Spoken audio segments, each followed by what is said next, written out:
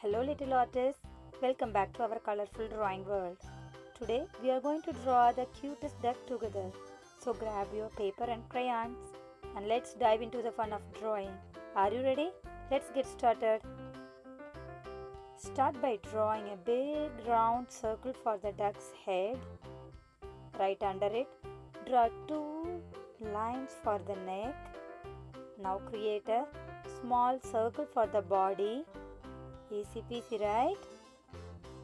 And don't forget our duck's tiny legs.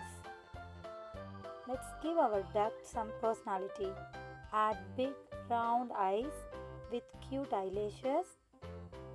Draw a small beak, and for some extra fun, give your duck a bit of hair on the top of its head. Time to spread those wings. Draw two open wings on each side of the body. Now the best part, coloring. Take your yellow crayon and color in the head and body. Let's make our duck nice and vibrant.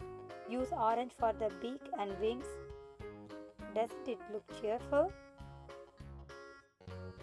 There you have it. Your super cute duck is all done. Great job, little artist. I hope you had a blast drawing with me. Thanks for joining me today, and until next time, keep drawing and stay colorful. Goodbye.